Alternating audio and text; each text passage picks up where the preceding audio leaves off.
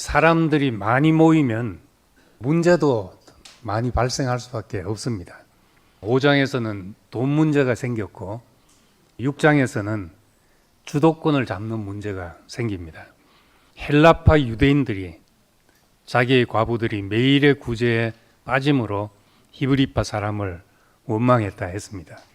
구제하는 것, 봉사하는 일에 그들의 과부가 빠져서 원망이 생기고 불평이 생겼습니다. 헬라파 유대인들이란 어떤 사람들인가? 기원전 722년에 북왕국 이스라엘이 망하고 586년도에 남왕국 유다가 망했습니다.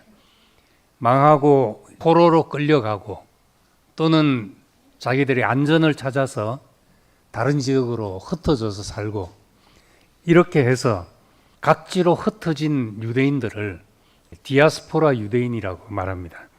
디아스포라 유대인들 중 일부가 다시 역이민을 와서 유대 땅에 살고 있는 사람들입니다. 헬라 지역에 오래 살다가 유대 땅에 왔으니까 언어는 여전히 헬라 말을 주로 쓰고 물론 히브리 사람들이 그 당시에 썼던 아람어도 몇 마디 하겠지만은 언어도 다르고 문화도 다르고 이런 사람들이었습니다. 말하자면 히브리파 유대인은 국내파라면은 헬라파 유대인들은 국외파지요. 국내파와 국외파 사이에 교회에서 갈등이 생겨난 것입니다. 어떤 사회나 마찬가지지만은 외지에서 온 사람들이 주류가 되기는 어렵습니다. 그렇기 때문에 소외되는 일이 생기게 됩니다. 헬라파 사람들은 소수였기 때문에 하다 보니까 그들의 과부들이 구제에서 제외되고 불만들이 쌓여가고 이렇게 되었습니다. 이 문제는 구제하고 봉사하는 일에서 비롯되었지만은 모든 일의 주도권이 히브리파 유대인들에게 있어서 생겨난 불만의 일부입니다. 2절에 보면 12사도가 모든 제자를 불러 이르되 우리가 하나님의 말씀을 제쳐놓고 접대를 일삼는 것이 마땅하지 아니하니 그렇게 말했습니다. 우리가 지금 잘못하고 있었다. 이것을 바로 고백합니다. 말씀을 제쳐놓고 접대를 일에 몰두하는 것이 좋지 않다.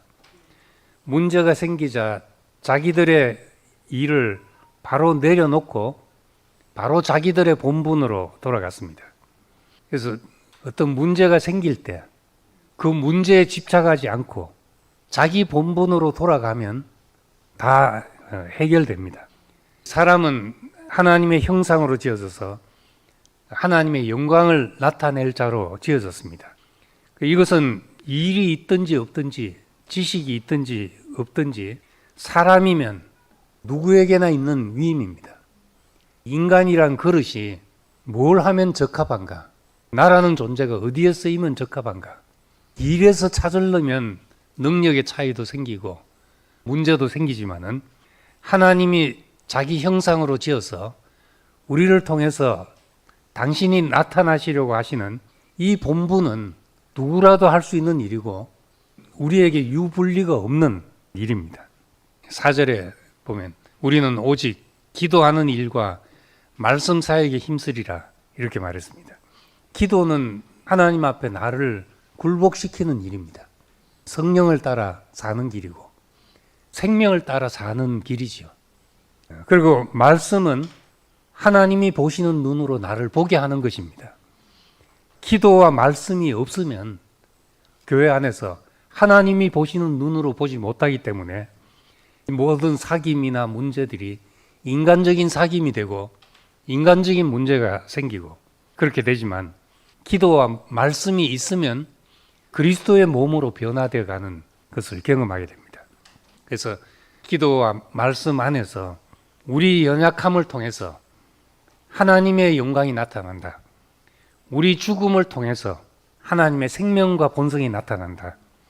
이 사람의 본분을 알게 되고 이 일은 누가 하나로 다툴 일이 전혀 없는 그런 일입니다. 이 본분을 행하고 있는 사람에게는 다툴 일이 없죠.